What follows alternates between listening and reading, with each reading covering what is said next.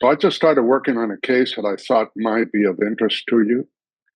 Just had a taxpayer hire me 2 days ago for me to work on a tax resolution case in which the IRS is claiming that the taxpayer owes over $216,000 in self-employment tax due to reasonable compensation. And this is something that I see quite often whenever I get a new client and I do an audit on all their transcripts and usually the last 3 to 4 years of tax returns. And if you happen to be one of those individuals that has a company and you file as a subchapter S, this is something you need to pay attention to and you need to be careful. As a matter of fact, you have to be very, very careful because when you own a subchapter S company and you report the company based on 1120S, which is a sub S company, you are required by IRS rules to pay yourself reasonable compensation. And one of the things that I often see is that many of the audits that I do on these types of cases or these types of tax returns, the taxpayer just took a number, or their previous accountant or tax preparer just took a number, off the top of the list. So therefore, if you have $100,000 in compensation, what I've noticed is many times a subchapter S taxpayer is not paying themselves a salary, which is something that they must do. But also when they do pay themselves a salary, they're just taking an average percentage, let's say 20, 25, 30%. So if your net income after expenses is 100,000, you may be paying yourself $20,000 to $30,000 in compensation. So that way you're only going to pay self-employment tax on that amount. And then the rest you're going to be able to take out as a distribution dividend. And therefore, the self-employment tax is not eligible for that portion. So all you have to do is pay federal income taxes on the difference. The problem is a reasonable compensation is a vague, but it's a quite complex subject matter that needs to be adhered to.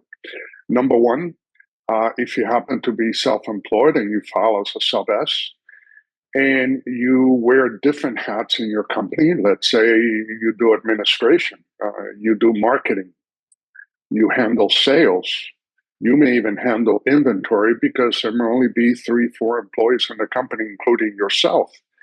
Then the way that you should be doing reasonable compensation is you got to figure out, number one, what industry are you in and what are the reasonable compensation payroll systems that may be available for someone in that line of business.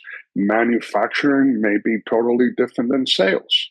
So you have to be careful and do your due diligence along those lines.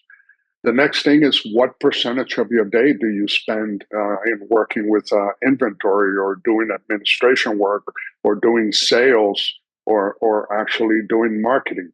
And you need to be able to break those down because the IRS will when they come in to do an audit. At the end of the day, the IRS is looking for more and more money. And if they can show that you did not pay yourself reasonable compensation, depending on the number of years that you haven't paid that reasonable compensation for, they're going to go back and charge you reasonable compensation rates based on what they feel that number should be.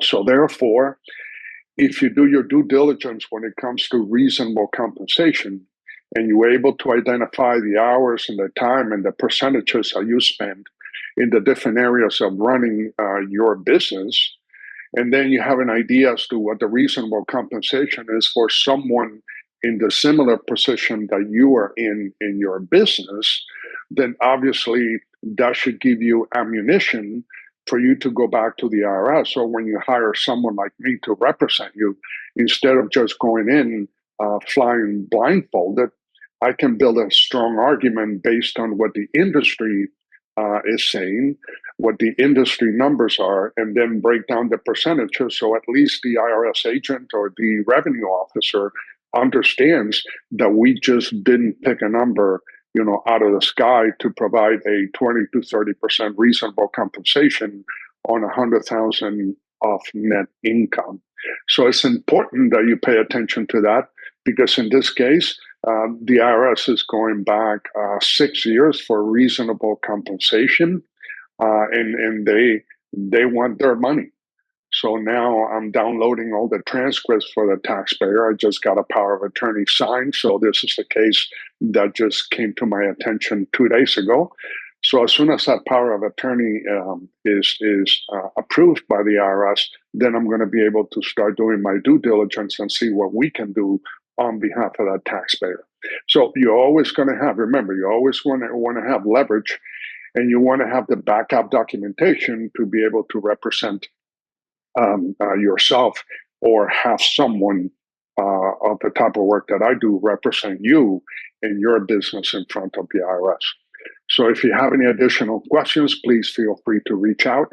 My name is Bert Salazar, and you can call me at area code 888-477-0108. You can also send me an email at Bert, B-E-R-T, at gablestaxgroup.com, and I'll be more than happy to schedule a quick call to determine what your issues are, and there's a need, and if there's a need for my services that may be feasible to you and to your business. So thanks so much, and we'll talk again soon. Take care. Bye-bye.